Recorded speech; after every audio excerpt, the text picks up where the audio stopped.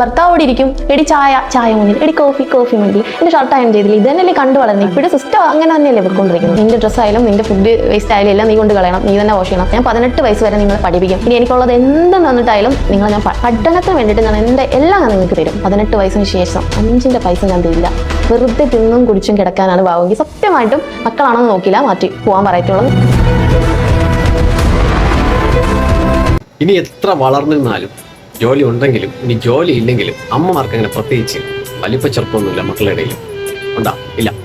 പിന്നെ മക്കളെ ഭാവിയെ കുറിച്ച് ഓർത്ത് ഇച്ചിരി ആശങ്കപ്പെടുന്നവരാണ് എല്ലാ അമ്മമാരും. അങ്ങനെ ഇല്ലെന്നൊന്നും പറയുന്നില്ല, പ്രത്യേകിച്ചും ആൺമക്കളെ കാര്യത്തിൽ എന്നും പറഞ്ഞ് ഈ രീതിയിൽ ഒരമ്മമാരും ഒരു മക്കളോടും ഇതുവരെ ഈ ലോകത്ത് ഈ സ്ത്രീ പറയും പോലെ ചെയ്യില്ല, അവർക്ക് ചെയ്യാൻ അങ്ങനെ കഴിയില്ല. നമ്മൾ എവിടെയെങ്കിലും കേട്ടിട്ടുണ്ടാ ജോലി ഇല്ല എന്ന് പറഞ്ഞോ, അല്ലെങ്കിൽ ജോലിക്ക് ശ്രമിക്കുന്നില്ല എന്ന് പറഞ്ഞോ, അല്ലെങ്കിൽ 18 വയസ്സ് കഴിഞ്ഞോ അല്ലെങ്കിൽ 20 വയസ്സ് കഴിഞ്ഞോ എന്ന് പറഞ്ഞ് ഏതെങ്കിലും അമ്മ മക്കളെ വീട്ടിൽ നിന്ന് ഇറക്കി വിടണമായിട്ട് നമ്മൾ എവിടെയെങ്കിലും കേട്ടിട്ടുണ്ടോ? അല്ലെങ്കിൽ എവിടെയെങ്കിലും നമ്മളങ്ങനെ കണ്ടിട്ടുണ്ടോ? ഇല്ല. നമ്മൾ കണ്ടു. ദാണ്ട് ഈ സ്ത്രീ ഇപ്പം ആദ്യമായിട്ട് പറയുന്നത് നമ്മൾ കണ്ടു. വേറെ ഒരു അമ്മമാരും ലോകത്ത് ചെയ്യാത്തൊരു കാര്യമാണ് ഈ സ്ത്രീ പറഞ്ഞിരിക്കുന്നത്. 25 വയസ്സായിട്ടും വീട്ടുകാരുടെ സമ്മതവും സപ്പോർട്ടും ഉണ്ടായിട്ട് പോലും ഇന്നൊരിടത്ത് എത്താൻ പറ്റാത്തവരാണ് നമ്മുടെ ഇടയിലുള്ള ഇന്നത്തെ ചെറുപ്പക്കാർ അല്ലേ. അപ്പോഴാണ് അവളുടെ 18 വയസ്സിലെ ഒരു തീരുമാനം ഇതിനങ്ങ് തള്ളി മറിക്കുകയാണ്. വലിയ റൂൾസും റെഗുലേഷൻസ് ആയിട്ട് ഇറങ്ങിയിരിക്കുകയാണ്. ആജ്ഞാപിച്ചും അനുസരിപ്പിച്ചും അല്ല മക്കളെ വളർത്തിയെടുക്കേണ്ടത്.